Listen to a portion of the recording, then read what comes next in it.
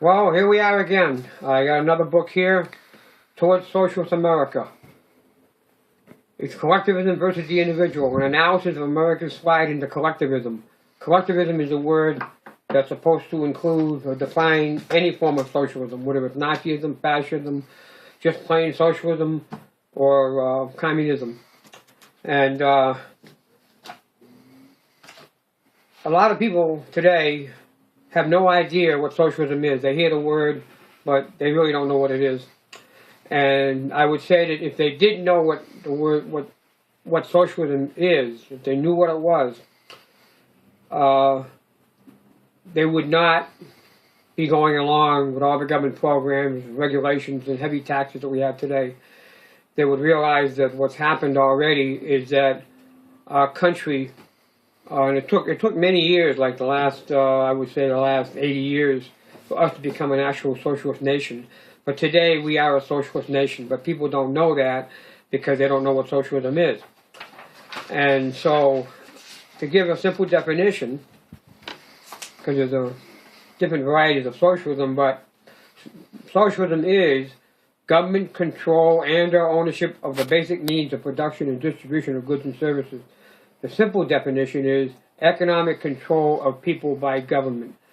What that means is that if the government owns or controls the capital, that is, the means of production, it's socialism. Even though people may have a deed, they own the factory, they own your home and so forth, but they're so heavily regulated that in effect the government actually owns your home and your business and so forth. And why? Because the essence of ownership is control. And if you have a lot of excessive controls and regulations on your business and your home, and maybe even on your children, you don't really own them. The state does. The state, under socialism, the state becomes God, and the individual becomes how should I put it, just the, not servants, but, I can't think of a word, slaves and slaves. And to go a little further, to give a good definition of socialism, we're going to go back to Bernard Baruch. He was an advisor for Franklin Delano Roosevelt in the New Deal in the 1930s. This man was a very powerful man. He represented a lot of financial and banking interests in Wall Street. And this is what he said back in 1917 or 1918 when he was in charge of the, what was the name of that now? The War Industries Board, I think it was called. We'll get the actual name of it. But anyways, this is what he had to say. He was also a very important man in a powerful position in the Woodrow Wilson administration. And this is what he said, and listen carefully. Every man's life is at the call of the nation, and so must every man's property. We are living today in a highly organized state of socialism. The state is all. The individual is of importance only as he contributes to the welfare of the state. His property is his only as he does not need it. He must hold his life and possessions at the call of the state. Now remember, this is a man named Bernard Baruch, one of the key advisors for the War Industries Board, I think it was called, during World War I. And it was through this board that they took complete control of the American economy, including price controls and how much to produce, and all the details were controlled and regulated by the state. They took over the railroads, the whole bit. And then we have another quote, Benito Mussolini. He was a dictator in Italy from the 1920s all the way to pretty much near the end of World War II. And this is what he said.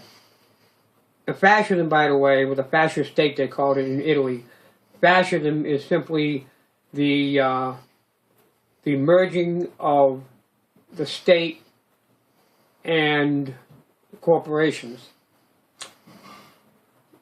Everything for the state, nothing outside the state, nothing above the state. Then we have Adolf Hitler. And some people don't realize, but Adolf Hitler and his Nazis, they were socialists. And this is what he said. We are socialists, in his own words. We are enemies of today's capitalistic economy, meaning the free enterprise system. And we are all determined to destroy this system under all conditions. And then we have Joseph Stalin. He was a dictator in the Soviet Union from about 1923 to 1953. And this is what he said. Every new local or federal public ownership project is an added nail in the coffin that will finally contain capitalism, meaning free enterprise.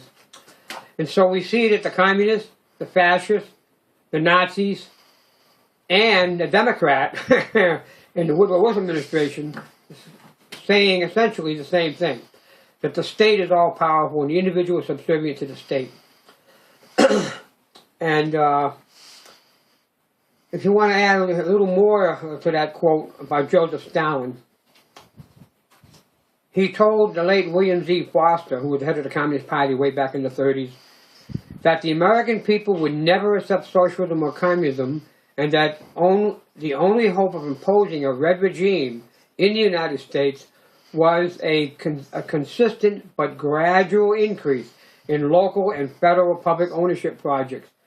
Publicly owned operations, he pointed out, paid little, if any, taxes, and in the end result in a final acceptance of complete government ownership and operation. That Stalin explained is communism. Then it goes on, it is obvious that the camel's back of capitalism will finally break under an unbearable burden. And that's where we are today. We have such a terrible burden upon the economy, and even the state is so heavily burdened with having to control and regulate every facet of our lives, and industry and commerce and trade and the whole bit. And what they're saying here is that when it reaches a point where the government, the taxes and the regulations are so oppressive and so enormous that the whole economic structure will start to collapse, and when it does, then the revenues for the governments on all levels will start to dry up. And when that happens, you have a complete implosion. And that's when the communists move in to make a complete seizure of power. I maintain that the communists already have complete control of the federal government, but what they're doing now is moving to the final step of the revolution, and that is the counter-revolution. The completion of the revolution. And that's when they will move to destroy any remaining potential opposition. And that's when you can have a very bloody situation like they had in Russia in 1917 when the Bolsheviks made a complete seizure of power. By the way, when the communists took over in Russia, the first people they went after to liquidate, as they used the term, were the liberals and the socialists that helped to bring them to power. Because they felt that if they could betray their own country, then we can't trust them either. So that's a warning to those in government who think that as they create this powerful socialist state, that they can be a part of it. Well, they're in for a surprise. To give an idea, to show the similarities, I can quote from the Nazi Party platform, or better than that, I'll go back a little bit. William Z. Foster wrote a book in 1932 entitled Toward Soviet America. And this is, the book is out of print. I've got an original copy. But he says here, he declared that there would be revolutionary nationalization or socialization, such as environmentally restrictive controls and regulations, of large privately owned factories, mines, and power plants, railroads, waterways, airways, bus lines, the whole body of forests, mineral deposits, lakes. That's national forests and national parks. But then he goes on to talk about how they're going to have a National Department of Education and take complete control of education and of the economy and so forth. But if there's more time, I could tell more, but thank you.